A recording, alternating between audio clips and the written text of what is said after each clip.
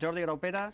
M'ha agradat un tuit que ha fet en el que comença, com sempre, amb aquest to d'aquests tuits que t'has de llegir diverses vegades per entendre. Un any més, arribem al mobile, sense els deures fets, etc. Hem d'apostar per les empreses locals. I m'han fet un retrat. I posa una emoticona. No és habitual que Jordi Graupera es relaxi a Twitter fins al punt de posar una emoticona. No és molt d'això. Ell té un tuit, els seus comptes de Twitter, els seus tuits són missatges sesudos, que es diuen en castellà. Te'ls has de mirar amb calma. Però podem veure els primers segons d'aquest vídeo. A veure. Això devia ser la foto, no? Sí, li fan com una espècie de retrat i llavors ell està molt animat, es posa bé la corbata i, al tanto, es relaxa. Aquí ja dius, Jordi Graupera, aquest és Jordi Graupera de Satao, no? Somriu, fan somriure, estic fent una mica el gamberro. Mira, s'ho va passar bé, eh? Sí, per això et dic. Home, jo a Jordi Graupera sí que el veig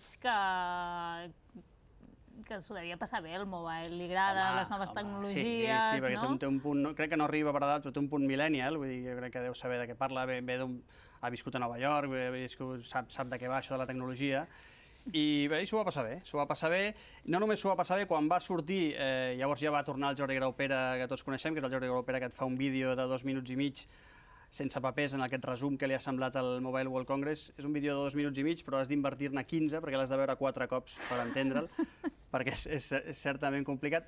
I no només això, sinó que va fer una nota de premsa explicant què és per ell el mobile i sobretot què hauria de ser. Per tant, és una persona que es va dedicar no només a passejar, sinó a valorar i a reflexionar sobre el paper que ha de tenir el mobile. I textualment, aquesta nota de premsa acaba així, diu: necessitem que hi hagi un alineament entre el que passa a l'interior del Mobile World Congress i el que passa a l'Ajuntament, perquè si no, només parlem de l'embolcall i mai no parlem del contingut.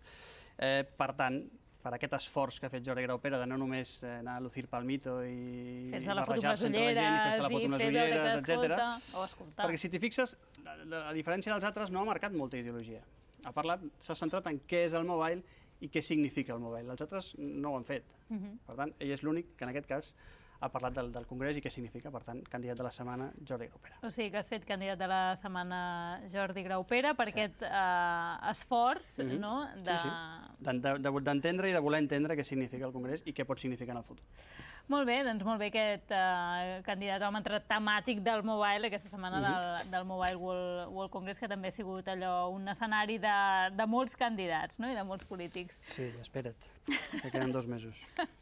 Carlos, gràcies. Fins dijous. Bona nit.